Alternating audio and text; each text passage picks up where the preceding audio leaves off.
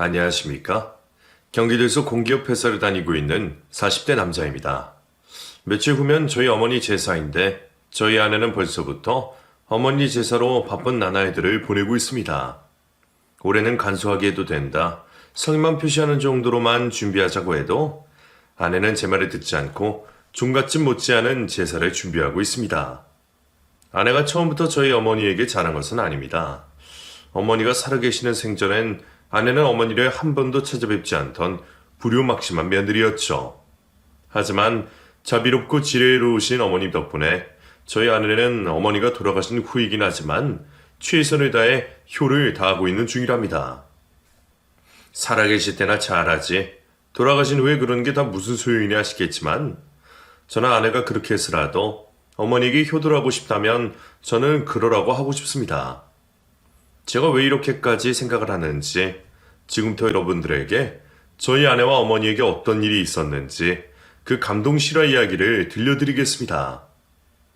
저는 공과대학을 졸업해 전기 관련으로 공기업에 취업을 했습니다. 그리고 연고지 하나 없는 깡시골에 발령을 받게 되었죠. 저희 회사는 한번 발령되면 다른 지역으로 전근 가는 게 쉽지 않은 회사였습니다. 다른 곳으로 전근해 가려면 그래야만은 부득이한 이유가 있어야 하거나 제가 큰 사고를 쳐야만 했었죠. 제가 시골로 내려가게 되자 저희 어머니가 가장 큰 걱정을 하셨습니다. 재근아, 너 혼자 거기까지 내려가서 지네들 괜찮겠니? 한번 발령 나면 웬만해서는 다른 곳으로 옮기지도 못한다면서. 주말 부부가 되거나 가정에 큰 문제가 있으면 발령 신청을 할 수가 있기는 해요. 그래서 여자를 만나면 거기 여자 말고 여기 여자 만나서 결혼하려고요. 그렇게라도 해서 다시 올라와서 엄마 옆에서 지내야죠. 제 계획은 본가가 있는 지역의 여자를 만나 결혼을 해서 발령 신청을 하는 것이었습니다. 제가 회사를 다니면서 사고를 칠 수는 없으니 그것만이 제가 본가 근처로 발령을 받을 수 있는 유일한 방법이라고 생각했습니다. 그런 계획을 세우고 회사를 다니기 시작했기 때문에 저는 그곳에서 연애 생각 자체를 하지 않았습니다. 재근아, 너희 사무실에 있는 장소훈 씨 예쁘던데? 성격은 어때? 너랑 친하면 나 좀 소개해주면 안 되냐? 장소훈 씨 예쁘다고 회사에 소문이 쫙 퍼져서 다른 사람이 생각하기 전에 내가 먼저 도전해보려고.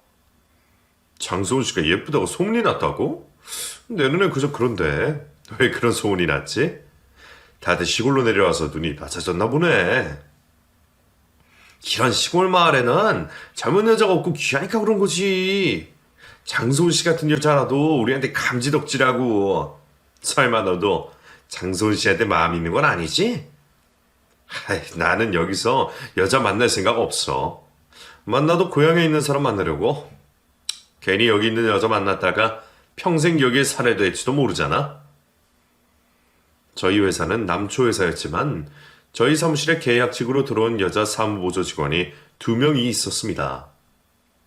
당시 한 명은 기혼자의 40대였고 한 명은 미혼의 20대 여성이었습니다. 연애에 관심이 없던 저였기 때문에 저희 사무실에 있는 여직원들에게도 관심조차 주지 않았는데 자꾸 다른 부서 사람들이 우리 사무실에 있는 20대 사무보조 여직원 이야기를 꺼내니 그때부터 저도 관심이 가기 시작했습니다. 류재근 씨? 중요한 서류 하나 빠뜨리고 주셨던데 그것 때문에 부장님 화 많이 나셨어요. 지금 빨리 챙겨주세요. 부장님 화나셨어요? 부장님이 저 호출하시던가요? 이번에 또 실수하면 부장님한테 된통 깨질 텐데. 저 어떡하면 좋죠? 그걸 저한테 물어보시면 어떡해요. 일단 제가 실수로 빠뜨렸다고 했으니까 걱정하지 말고 주기나 하세요. 부장님 작은 실수도 허용하지 않는 사람인 거 잘 알면서 류재근 씨는 왜 매번 똑같은 실수를 하세요? 정신 좀 차리면서 일하세요. 덤벙대는 성격이 아닌데 일이 워낙 많고 바쁘다 보니 실수를 자주 했었습니다. 그럴 때마다 저희 뒤치다거리를 해준 사람은 바로 같은 사무실 사무보조 여직원인 저의 아내였어요. 처음엔 아내가 저뿐만 아니라 모든 직원들을 저만큼이나 챙겨준다고 생각을 했었습니다. 너 이 자식, 소은 씨 아니었으면 너는 나한테 벌써 몇 번이나 뒤지게 깨졌을 거야. 너는 진짜 소은 씨한테 감사해야 된다. 시간 되면 소은 씨한테 비싼 밥이라도 한 끼 사드려. 부장님, 그동안 제가 실수했던 거 다 알고 계셨습니까? 모르고 계실 줄 알았는데 그동안 모른 척 해주셔서 감사합니다. 그리고 죄송합니다. 정신 바짝 차리고 일하겠습니다. 희한하게 소은 씨가 네 이름에 꼭 참견을 해서 너를 도와주더라니까. 다른 사람도 아니고 우리 사무실에 둘밖에 없는 귀하디 귀한 여직원이 너를 감싸고 두니 내가 더 뭐라고 하지를 못해서 그냥 넘어가 줬던 거야. 다음엔 절대 그냥 안 넘어갈 테니까 그렇게 알아둬. 아내는 유독 저를 많이 챙겨줬습니다. 처음에는 그게 저에 대한 관심인 것 같아 부담스럽기도 했습니다. 분명 그랬던 저였는데 타지 생활이 외로워서였을까요? 아내에게 가는 관심이 애정으로 변하기 시작했습니다. 그런 제 감정을 처음 알게 된 계기는 바로 마트에서 우연히 아내를 만났을 때였습니다. 장손 씨! 장손 씨, 이 근처에 사세요? 이렇게 회사 밖에서 뵈니까 정말 반갑네요. 이 근처에 사는 건 아닌데 여기가 우리 동네에서 가장 큰 마트라서 한 달에 한두 번 정도는 와요. 아, 그래요? 장손 씨, 오늘 뭐 하세요? 저는 당직이 아니라서 오늘 집에만 있을 것 같은데 장손 씨도 다른 약속 없으면 저랑 점심이라도 함께 하실래요? 그동안 감사한 게 너무 많아서 식사 대접 꼭 하고 싶거든요. 그럴까요? 저도 오늘 딱히 다른 약속 없어서 점심 식사 정도는 괜찮을 것 같네요. 이왕 사주시는 거 맛있는 걸로 사주세요. 아내가 먼저 저에게 호감을 표시하긴 했지만 아내는 깍쟁이 같은 스타일이었습니다. 그런 아내의 모습이 너무 귀여워 보였던 저는 그때부터 급속도로 아내에게 빠져들기 시작한 것 같습니다. 아내와 비밀로 사내 연애를 시작하게 됐는데 귀신같이 눈치가 빠른 동기가 저에게 말했습니다. 제이근아, 너 장손 씨랑 사귀지? 가만히 지켜보니까 저번 때부터 둘 사이가 심상치 않아 보이던데? 내 말 맞지? 너 진짜 귀신이다. 회사에서 티 안 내려고 웬만해서는 말도 안 하고 밖에서도 회사 사람들 마주칠까봐 조심하고 있는데 너 어떻게 알았냐? 설마 회사에 소문난 건 아니지? 둘 다 평소보다 말도 안 하고 서로 피하는 것 같아 보여서 바로 눈치챘지. 아직 회사에 소문 안 났어. 근데 너 장손 씨를 진지하게 만나는 거야? 결혼할 생각이야? 절대로 회사 지역에 있는 여자를 만나지 않겠다고 다짐했던 저의 다짐을 깨고 아내를 만나는 것이었기 때문에 저는 아내를 만나려면 결혼을 전제로 만나는 게 맞는다고 생각을 했습니다. 근데 너 그거 알아? 장손 씨 고아래. 이 지역에 있는 고아원에서 살았다고 하더라. 너 그거 괜찮겠어? 우리 만난 지 아직 얼마 안 돼서 그 이야기까지는 안 했는데. 그 말이 사실이야? 헛소문은 아니지? 이 좁은 동네에서 그런 헛소문이 날 일이 뭐가 있겠어. 장손 씨 고아 맞아. 너 장손 씨 끝까지 책임 못 질 것 같으면 대충 지기만 하고 빨리 헤어져. 괜히 복잡한 일 만들지 말고. 아내가 고아라는 사실에 놀라기는 했지만 그게 도대체 우리 만남에 뭐가 큰 문제가 되나 싶었습니다. 그리고 동기에게 먼저 아내가 고아라는 이야기를 들었지만 저는 아내에게 제가 그 사실을 알고 있다고 말하지 않았습니다. 자신이 고아라는 소문이 다른 사람들 사이에 퍼지고 있다는 걸 알게 되면 아내가 속상할 것 같아서였죠. 그렇게 아내가 고아라는 사실을 묻어두고 아내를 만난 지 2년 정도 되었을 때였습니다. 오빠는 나랑 왜 만나고 있는 거야? 그냥 여기서 지내는 동안 외롭고 심심해서 만나는 중인 거야? 아니면 진지하게 나랑 더 깊은 관계가 되려고 만나는 거야? 너는 나랑 이 정도 만났는데도 모르겠어? 나는 당연히 너랑 더 깊은 관계를 생각하고 만나고 있는 거지. 사실 너랑 연애하기로 마음 먹었을 때부터 나는 결혼을 전제로 만나야겠다고 생각했었어. 그런데 갑자기 그런 건 왜 물어봐? 나는 처음에 오빠랑 잠깐 만나다가 금방 헤어지겠지라고 생각했어. 그래서 결혼까지 생각은 못 했었는데 요즘 들어 오빠랑 결혼을 하게 될 것 같다. 그리고 오빠 같은 사람이랑 평생 같이 살아도 괜찮겠다는 생각이 자꾸 들어서 말이야. 아내가 먼저 저에게 결혼 이야기를 꺼냈습니다. 2년 정도 만났으니 그럴만도 했어요. 왜냐면 저도 이쯤이면 아내에게 결혼 이야기를 꺼내야겠다고 생각을 했거든요. 결혼 이야기가 나오자 그제야 아내는 자신의 출생에 대해 이야기해 줬습니다. 우리가 결혼을 하지 않을 사이라면 굳이 말할 필요가 없지만 우리 둘 다 결혼할 마음이 있는 거라면 내가 오빠에게 지금 꼭 해야 될 이야기가 하나 있어. 오빠, 너무 놀라지 않고 내 이야기 들어줄 수 있어? 당연하지. 무슨 이야기도 놀라지 않을 테니까 편하게 말해. 무슨 이야기인데 그래? 오빠, 나 사실 고아야. 부모님이 안 계시고 어릴 때부터 고아원에서 자랐어. 그래서 오빠가 가족 이야기 할 때마다 내가 말을 돌렸던 거야. 무슨 이유로 고아원에 버려진지 모르지만 내가 7개월 정도 됐을 때 고아원에 버려졌대. 아내가 자신이 고아라는 사실을 털어놓을 때 이 반응을 어떻게 해야 될지 몰라 저는 말없이 고개만 끄덕였습니다. 내가 고아라는 게 우리 결혼하는데 문제가 된다면 나는 미련 없이 오빠를 포기할 자신이 있어. 그러니까 오빠, 나한테 미안할 필요 없고 나랑 헤어지고 싶으면 헤어져도 돼. 소은아, 그게 무슨 소리야. 나는 네가 고아라는 이유로 헤어질 생각 눈꼽만큼도 없어. 오히려 그 이야기를 나한테 해줘서 나는 정말 고마워. 그동안 나한테 그 이야기를 해야 되나 말아야 되나 혼자서 얼마나 고민을 했을 거야. 말해줘서 정말 고마워. 그렇게 말해줘서 고마워 오빠. 평생 고아로 자라서 가족의 품이 어떤 건지 궁금하면서도 두려워. 특히 결혼을 해서 새로운 가족이 생기는 거면 오빠만 내 가족이 되는 게 아니라 오빠 가족도 내 가족이 되는 거잖아. 오빠 가족들이 고아인 나를 받아주실까? 자존심이 세기도 하고 늘 강인한 아내라 저와의 연애 내내 눈물 한 번 보이지 않았었는데 아내는 저희 가족 이야기를 하며 처음으로 눈물을 보였습니다. 오빠랑 결혼하고 싶은데 오빠 가족들만 생각하면 오빠랑 결혼하고 싶어하는 내 생각들이 다 욕심같이 느껴져. 어느 부모가 귀하게 키운 내 아들을 부모 없는 고아인 나한테 장가를 보내고 싶겠어? 나라도 보내고 싶지 않을 거야. 소은아, 왜 벌써부터 그런 걱정을 해?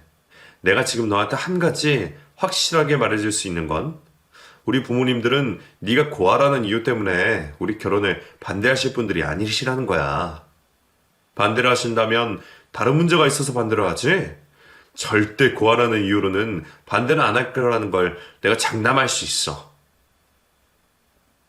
그동안 아내는 저와 연애를 하면서 말은 안 했지만 자신이 고아라는 이유로 저희 부모님들에게 결혼을 반대당할까 걱정을 많이 한 듯 했습니다. 그런 아내를 안심시켜준 후 저는 아내에게 프로포즈를 했고 아내는 흔쾌히 저의 프로포즈를 받아주었습니다. 소은아, 나는 평생 너 굶기지 않고 끝까지 먹여 살릴 자신 있어. 그래서 이렇게 고백하는 거니까 너는 나만 믿고 따라주면 돼.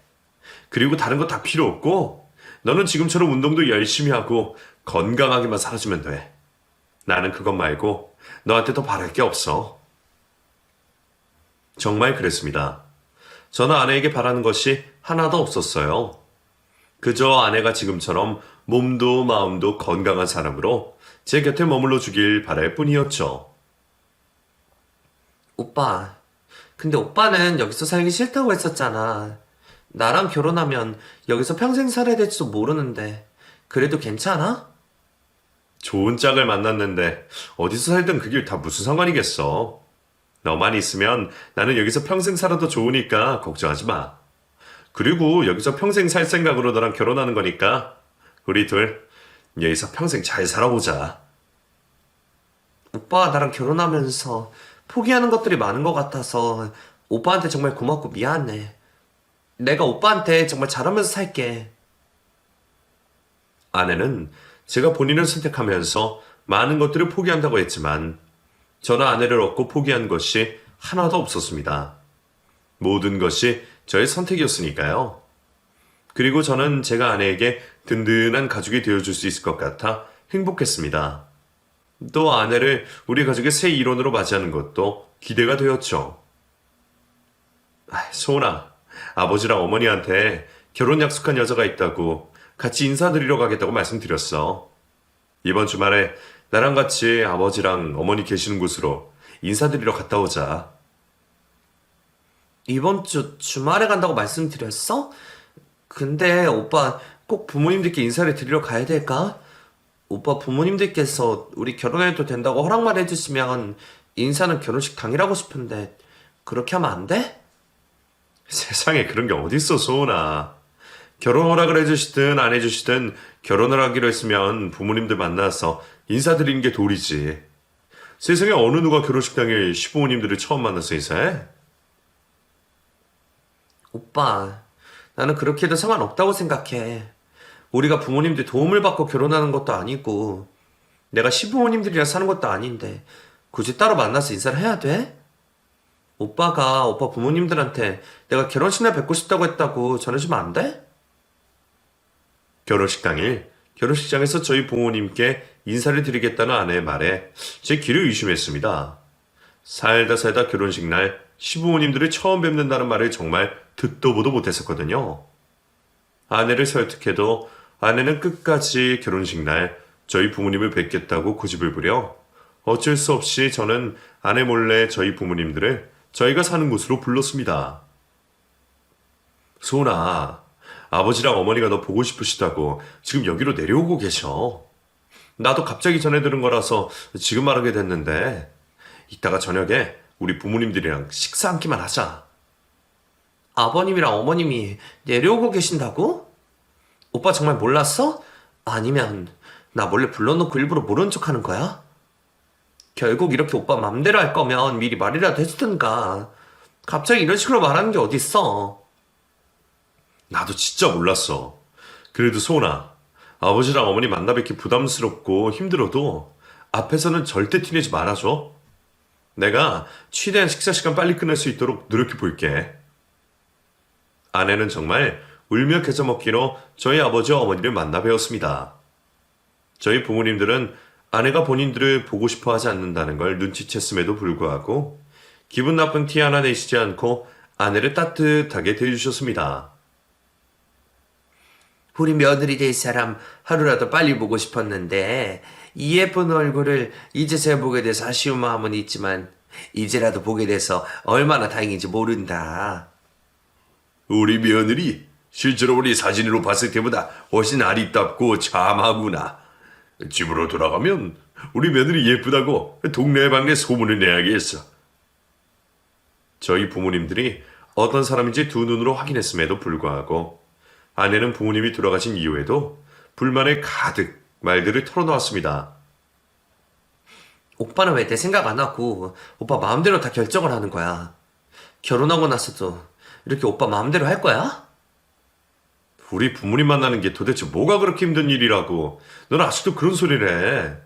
하루 종일 붙어 있었던 것도 아니고 잠깐 3-4시간 동안 밥만 먹으면서 대화 나눴는데 그게 그렇게 힘들었어? 심지어 우리 부모님들이 너 보겠다고 왕복 8시간이나 되는 곳으로 내려왔는데 그게 지금 나한테 할 소리야? 됐어. 오빠는 정말 내 마음을 개미 똥구멍 것만도 몰라서 하는 소리야. 어차피 끝난 일이니까 더 이상 말 안 하겠지만 다음부터는 이런 일 없도록 해줬으면 좋겠어.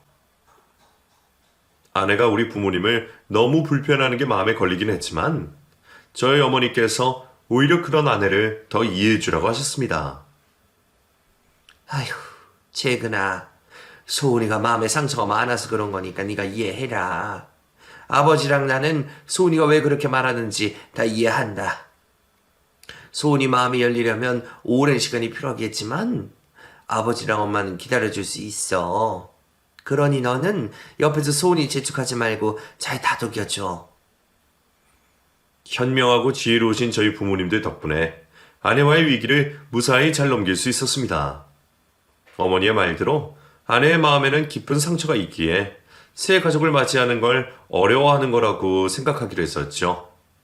결혼식을 무사히 마치고 신혼여행까지 다녀왔을 때였습니다. 결혼식도 신혼여행도 무사히 잘 끝냈으니까 아버지랑 어머니한테 인사드리러 갈까? 우리 결혼식 때문에 아버지랑 어머니도 고생 많이 하셨잖아. 찾아뵙고 감사하다는 말씀이랑 앞으로 걱정 안 끼쳐드리고 잘 살겠다고 말씀드리는 게 맞는 것 같아. 오빠, 나 지금 너무 피곤해서 아버님 집까지 가는 건 힘들 것 같아. 여독이 안 풀려서 그러는데 다음에 가면 안 될까? 다음에 꼭 갈게. 그러니까 오빠가 아버님이랑 어머님한테 잘 좀 말해줘. 아내가 피곤하다는 이유로 저희 부모님을 찾아뵙지 않은 것은 그때부터가 시작이었습니다. 자주는 아니더라도 몇 달에 한 번씩 제가 아내에게 부모님들을 찾아뵈러 가자고 하면 아내는 항상 이런저런 핑계를 댔습니다. 오빠, 나 몸살 기운 때문에 오늘 아버님 댁 못 갈 것 같으니까 오빠 혼자서라도 다녀와. 찾아뵙지 못해서 죄송하다고 대신 전해줘. 이번에 또 못 간다고? 이번에도 나만 가면 아버지랑 어머니 많이 서운해 하실 텐데 웬만하면 같이 가자, 소원아. 오빠, 나 아프다니까. 나 아파서 못 간다네 왜 자꾸 가자 그러는 거야? 내가 가기 싫어서 안 가는 것도 아닌데 왜 자꾸 강요해? 알겠어. 그럼 이번엔 나만 다녀올 테니까 다음에 꼭 같이 가자. 아버지랑 어머니한테도 다음에 꼭 오기로 했다고 말씀드릴게. 아내는 결혼 후 1년 동안 단 한 번도 저희 부모님을 찾아뵌 적이 없었습니다. 안부 전화도 명절 때 아니면 절대 먼저 하지 않았었죠. 그때 되니 제 인내심도 한계에 다다르게 되어 더 이상 아내를 마냥 이해해 줄 수만 없었습니다. 너도 정말 해도 해도 너무한다. 내가 매달 우리 부모님 찾아뵙지 않은 것도 아니고 명절 때랑 부모님들 생신 때만이라도 같이 가서 밥 한 끼라도 하자는 건데 너는 그게 그렇게 힘들고 어렵고 싫어? 오빠, 내가 일부러 안 간 게 아니라 그때마다 다 사정이 있어서 못 갔던 거였잖아. 갑자기 왜 이렇게 화를 내? 아버님이랑 어머니 뭐라고 하셨어? 우리 아버지랑 어머니가 너한테 뭐라고 하실 분들이셔? 우리 부모님은 끝까지 너를 믿고 너를 이해해 주시는 분들이시라고. 너도 그 정도는 눈치채지 않았어?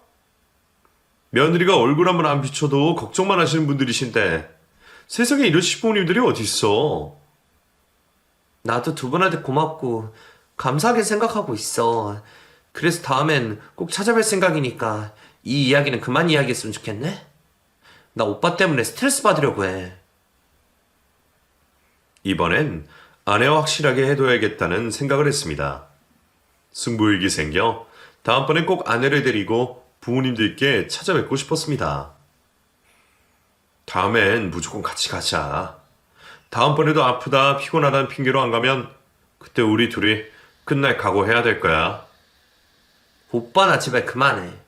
오빠 나 진짜 해도 해도 너무한다. 내가 왜 이렇게까지 하는지 정말 몰라서 그러는 거야? 왜 그러는데? 왜 그러는지 말이라도 해보든가. 나는 네가 도대체 왜 이렇게까지 우리 부모님들을 피하는 건지 이해를 못하겠어. 솔직한 말로 내 부모도 없는데 시모부를 왜 봐? 오빠가 이런 내 마음 알기나 해? 오빠는 죽었다 깨어나도 절대 내 마음 이해하지 못할 거야. 나한테 부모가 없으니 네 부모를 보지 않겠다는 아내의 심보는 못된 심보라고 생각했습니다. 그런 이유 때문에 아내가 저희 부모님을 찾아뵙지 않았던 거라면 저는 더더욱 아내를 이해할 수 없었습니다. 그날 이후로 아내와 저의 관계는 서먹해졌습니다. 아버지랑 엄마가 네 생일이라고 용돈 보내주셨어.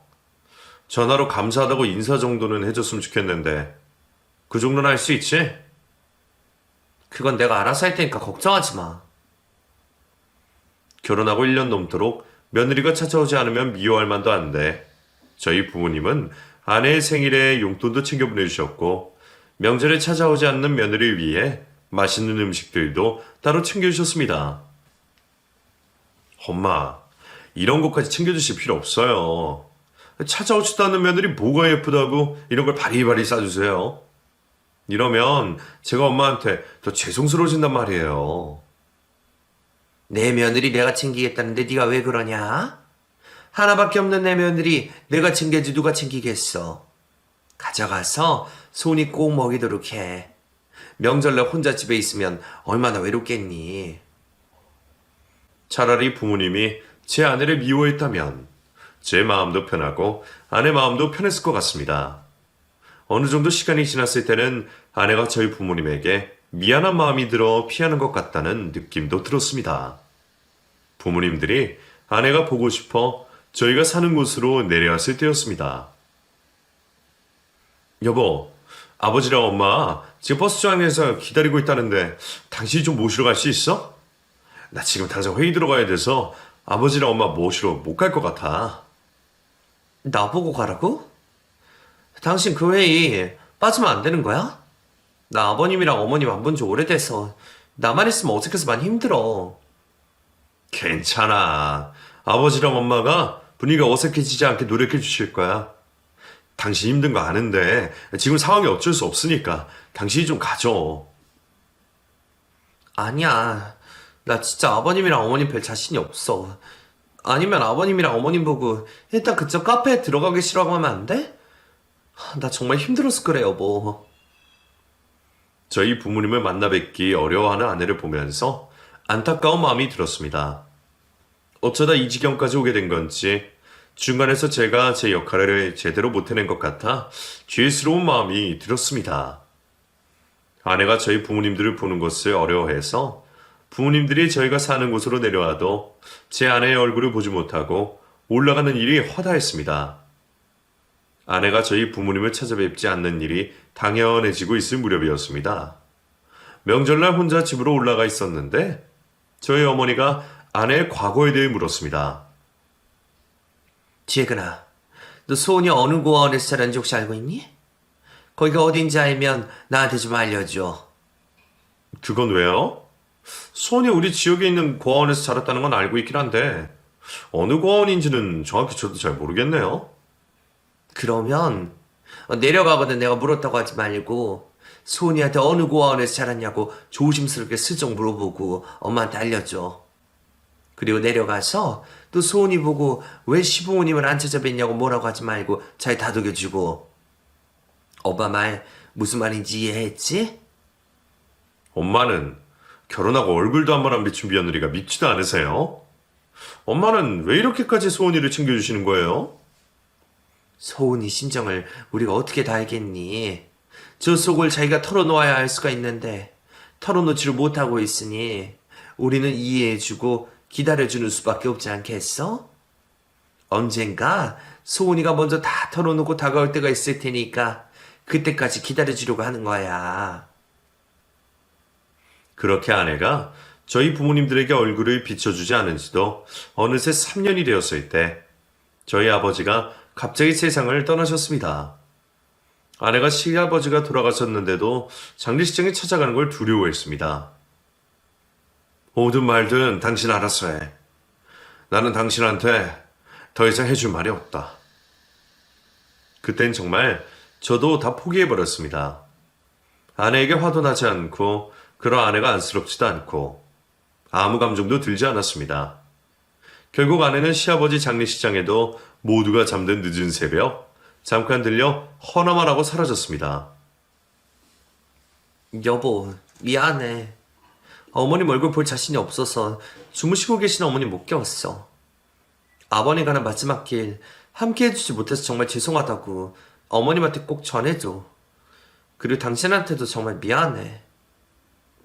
며느리가 없는 아버지의 장례식장을 끝내고 난 후 저는 어머니의 당부를 들어야 했습니다. 소은이 그래도 왔다 간 게 어디냐. 집단에는 엄청 용기 내서 찾아왔을 거니까 너무 뭐라고만 하지 마라. 소은이도 이번 일로 많은 걸 깨달았을 거다.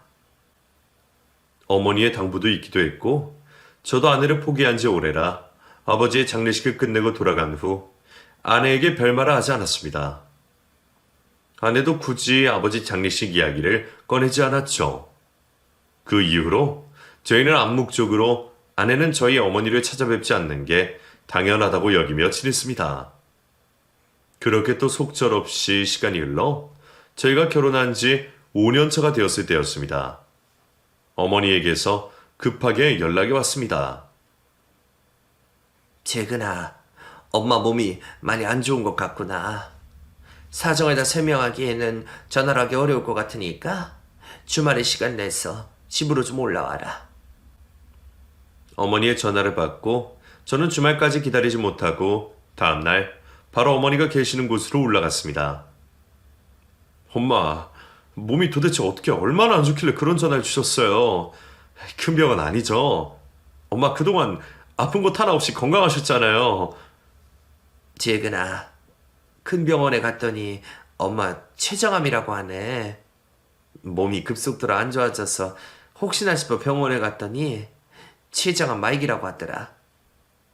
손을 더 쓸 수도 없고 다른 방법이 없어서 죽을 날만 기다릴 수밖에 없다는 이야기를 듣고 왔어. 이런 소식 너한테 전해서 정말 미안하다. 말 안 하려고 해도 시한부를 받아놓은 상황에서 말 안 할 수는 없어서 말하는 거야. 당연히 말해야죠. 몸에 이상이 있어서 병원에 가실 때부터 저한테 말씀을 해주셨어야죠. 그동안 왜 말을 안 하신 거예요? 아버지도 없이 엄마 혼자 얼마나 힘드셨어요. 어머니의 암 소식에 저는 바로 회사에 발령 신청을 냈습니다.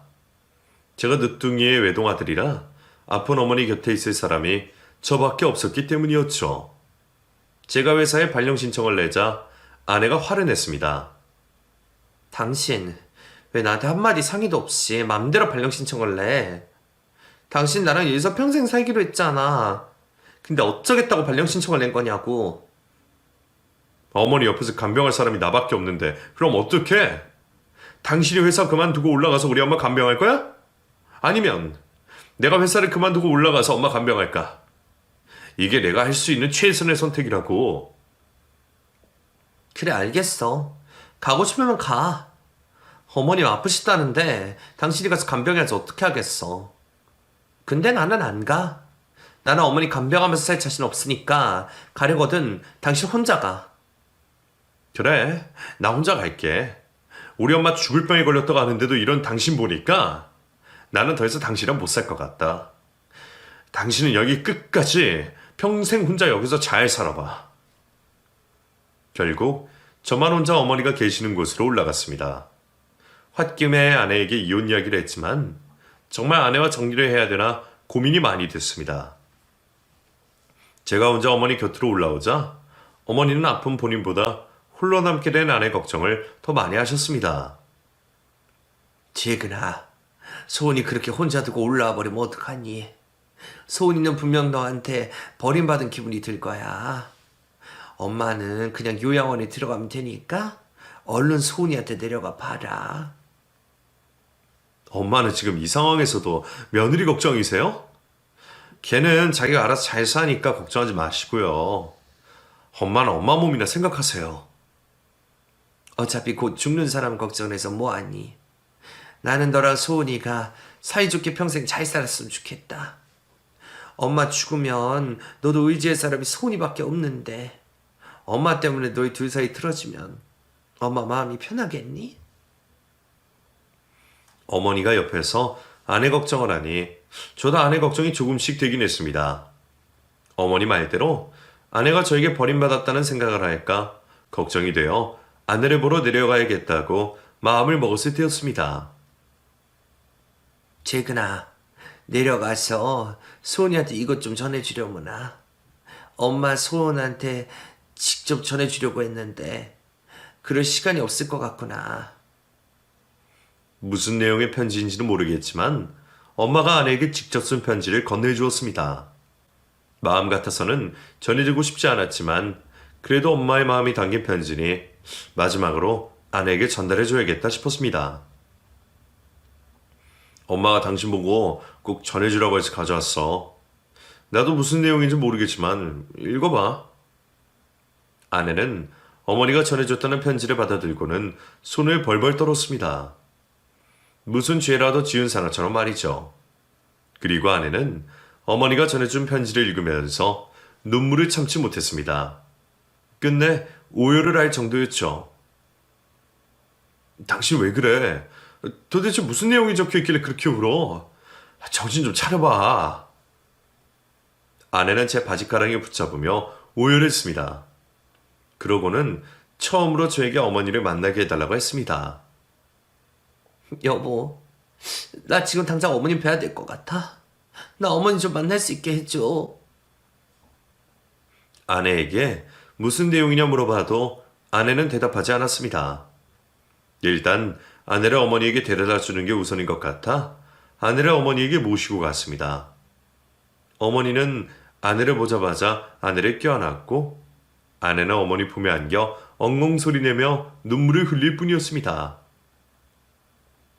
어머님, 제가 정말 죄송합니다. 제가 정말 어머니께 그러면 안 됐었는데 못난 저를 용서해 주세요. 괜찮다, 소은아. 나는 네 마음 다 이해한다.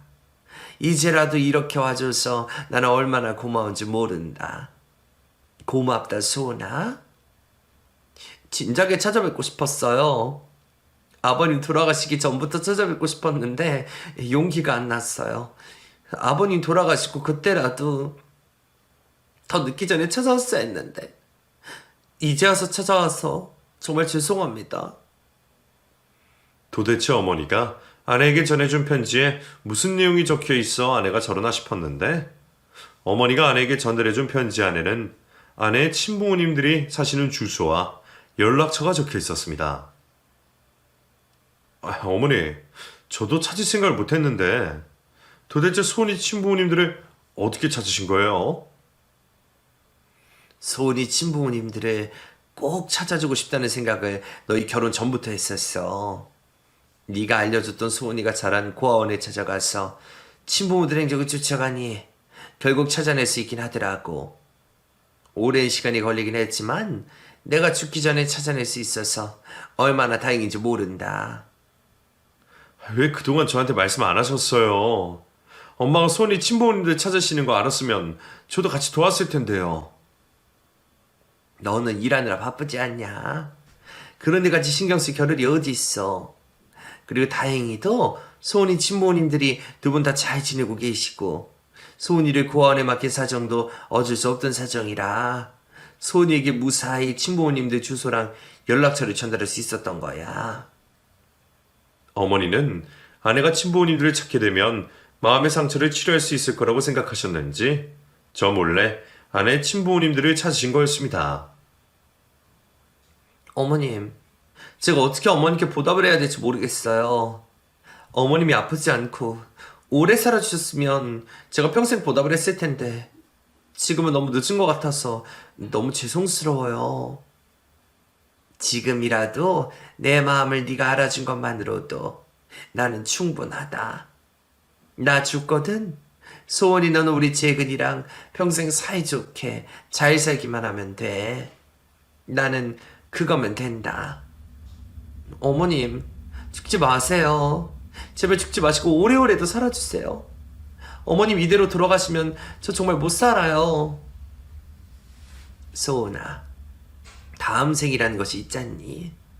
다음 생이라는 것이 있다면 그때도 우리 시어머니 며느리 사이로 만나서 그땐 이번 생보다 더 잘 살아보자꾸나. 그때도 이 시애미가 너를 많이 예뻐해준다고 약속하마. 그리고 네 부모님들 더 빨리 찾아주지 못해 미안하다. 아내는 저희 어머니 앞에 무릎을 꿇고 용서를 빌었습니다. 그리고 얼마 지나지 않아 저희 어머니는 하늘의 별이 되시고 말았습니다. 어머니의 장례식장에서 가장 큰 울음소리를 낸 사람은 제가 아닌 바로 저의 아내였습니다. 사람들은 아내가 저희 어머니에게 지은 죄가 많아 저렇게 우는 거라고 손가락질했습니다. 여보, 당신한테도 정말 미안해. 당신이랑 나랑 더 이상 같이 살기 싫다고 하면 순순히 당신 곁에 떠나가 줄게. 아버님이랑 어머님 그리고 당신한테 너무 큰 죄를 지은 것 같아서 당신을 볼 면목이 없어. 당신이 떠나길 어딜 떠나? 나 이제 아버지도 어머니도 없고 당신뿐인데 당신마저 떠나면 나 어떻게 살라고 그래? 당신이라도 내 옆에 있어야 나도 살 수 있을 것 같아. 그러니까 당신 쓸데없는 생각하지 말고 내 옆에 딱 붙어 있어. 아내가 많이 미입고 아내에게 화도 많이 나기도 했지만 어머니가 돌아가시고 저는 아내를 자연스레 용서하게 됐습니다. 어머니가 말씀하셨던 아내 마음속에 있는 그 상처가 무엇인지 그제야 저도 이해할 수 있었기 때문이었죠. 여보, 다음 주에 우리 친부모님들 찾아뵙기로 했는데 당신이 같이 가줄 수 있어? 당신한테 이런 부탁하는 거 염치 없는 짓이라는 거 잘 아는데 혼자 갈 자신이 없어서 그래. 당연히 같이 가야지. 당신 혼자 갈 생각했어? 내가 같이 가줄 테니까 걱정하지 마. 같이 가서 인사드리고 오자.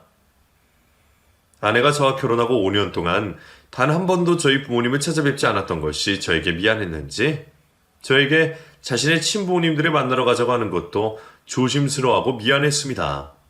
하지만 저에게 과거는 과거일 뿐이고 아내가 그랬다고 해서 저까지 그럴 생각이 없었기에 저는 아내와 함께 아내의 친부모님들을 찾아뵙습니다. 그리고 지금까지도 저는 저희 장인어른과 장모님을 찾아뵙고 있습니다. 제가 장인어른과 장모님에게 잘할 때마다 아내는 저에게 죽을 죄를 지은 사람처럼 미안해했습니다. 여보, 우리 부모님을 당신 부모님처럼 챙겨줘서 정말 고마워. 그리고 미안해. 만약 나에게 시간을 되돌릴 수 있는 기회가 주어진다면 아버님이랑 어머님 돌아가시기 전으로 되돌리고 싶어. 지금 와서 이런 말 해봐야 소용없는 거 알지만 당신한테 그리고 아버님이랑 어머님한테 아직도 너무 죄송스러워. 아버지랑 어머니는 분명 이해하실 거야. 그러니까 이제 다 잊고 우리 현재에 충실하게 살자. 그리고 내가 장인어른이나 장모님에게 잘하는 건 당연한 거야. 비록 아버지와 어머니는 세상을 떠나셨지만 아내는 돌아가신 아버지와 어머니에게 효를 다하겠다며 10년 넘게 손수 제사상을 정성스레 차리고 있는 것이랍니다. 저는 이 정도면 아내가 충분히 저와 저희 부모님에게 용서를 구했다고 생각을 합니다. 그래서 저는 지금 아내에게 밉고 서운한 마음보다는 고마운 마음이 더 크답니다. 저희 어머니 말씀대로 다음 생이라는 것이 있다면 저는 다음 생에도 저희 부모님 아들로 태어나 저희 아내를 만나 함께 살고 싶습니다. 그리고 다음 생엔 우리 아내가 고아가 아닌 부모님들께 사랑 듬뿍 받는 사람으로 태어났으면 좋겠습니다. 고아로 자라 마음의 상처가 너무 컸던 우리 아내는 지금은 친부모님들을 만나 그 상처를 많이 치유한 상태랍니다. 그리고 아내와 저는 서로의 상처를 보듬어주며 남은 생도 잘 살아가 보려고 합니다. 마지막으로 저 바보라고 하지 말아주세요. 분명 그렇게 생각하시는 분들이 있으실 것 같네요. 이야기를 하다 보니 저희 아버지랑 어머니가 많이 그리워지는 날입니다. 여러분들 감기 조심하시고 모두 행복하세요. 감사합니다.